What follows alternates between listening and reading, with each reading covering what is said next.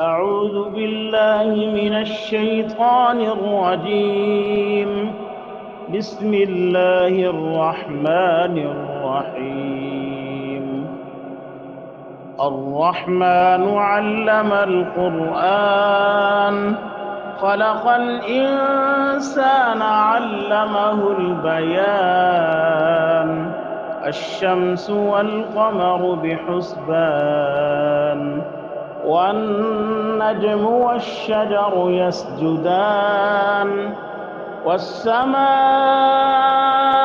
رفعها ووضع الميزان ألا تطغوا في الميزان وأقيموا الوزن بالقسط ولا تخسروا الميزان.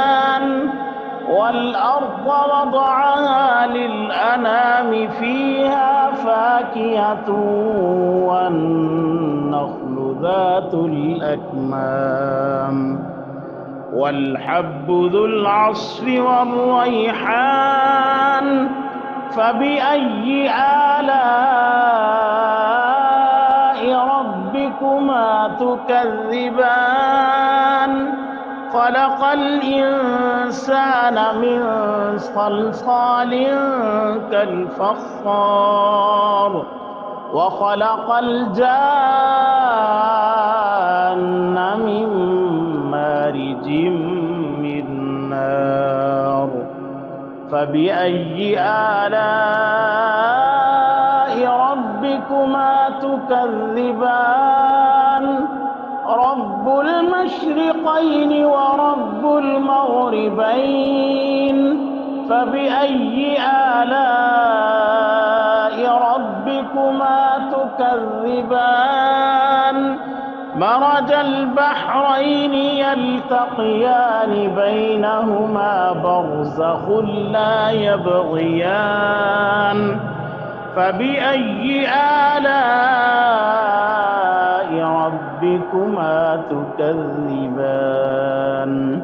يخرج منهما اللؤلؤ والمرجان.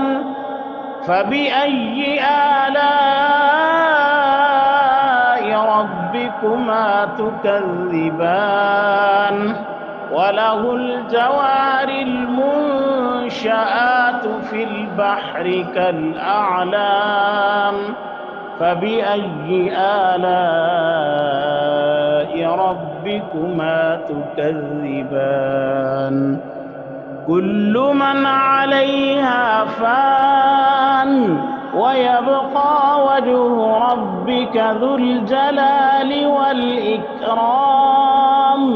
فبأي آلاء ربكما تكذبان؟ يسأله من في السماوات والأرض كل يوم هو في شأن. فبأي آلاء ربكما تكذبان؟ سنفرغ لكم أيها الثقلان. فبأي آلاء ربكما تكذبان؟ يا معشر الجن والإنس إن استطعتم أن تنفذوا من أقطار السماوات والأرض فانفذوا، لا تنفذون إلا بسلطان.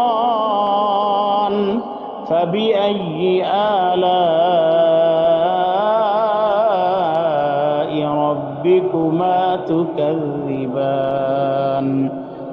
يرسل عليكما شواظ من نار ونحاس فلا تنتصران. فبأي آلاء ربكما تكذبان؟ فإذا انشقت السماء فكانت وردة كالدهان. فبأي آلاء ربكما تكذبان فيومئذ لا يسأل عن ذنبه إنس ولا جان فبأي آلاء ربكما تكذبان يعرف المجرمون بسيماهم فيؤخذ بالنواصي والأقدام فبأي آلاء ربكما تكذبان هذه جهنم التي يكذب بها المجرمون يطوفون بينها وبين حميم آن فبأي آلاء ربكما تكذبان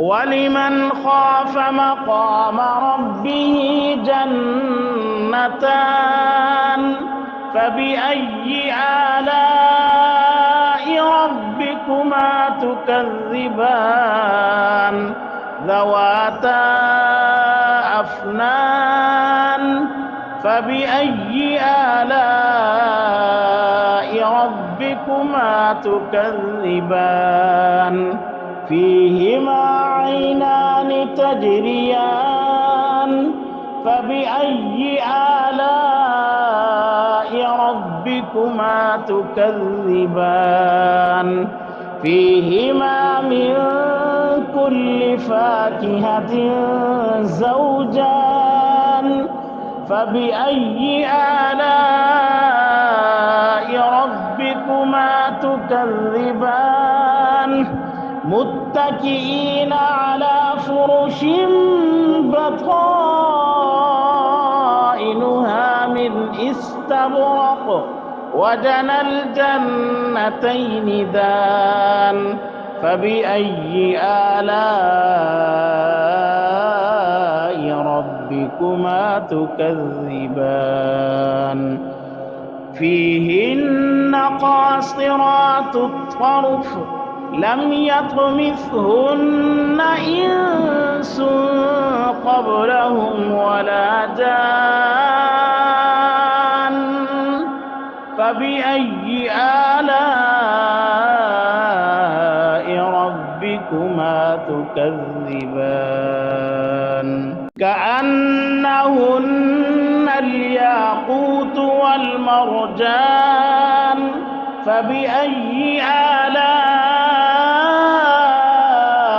ربكما تكذبان هل جزاء الإحسان إلا الإحسان فبأي آلاء ربكما تكذبان ومن دونهما جنتان فبأي آلاء ربكما تكذبان مدهامتان فبأي آلاء ربكما تكذبان فيهما عينان نضاختان فبأي آلاء ربكما تكذبان فيهما فاكهة ونخل ورمان فبأي آلاء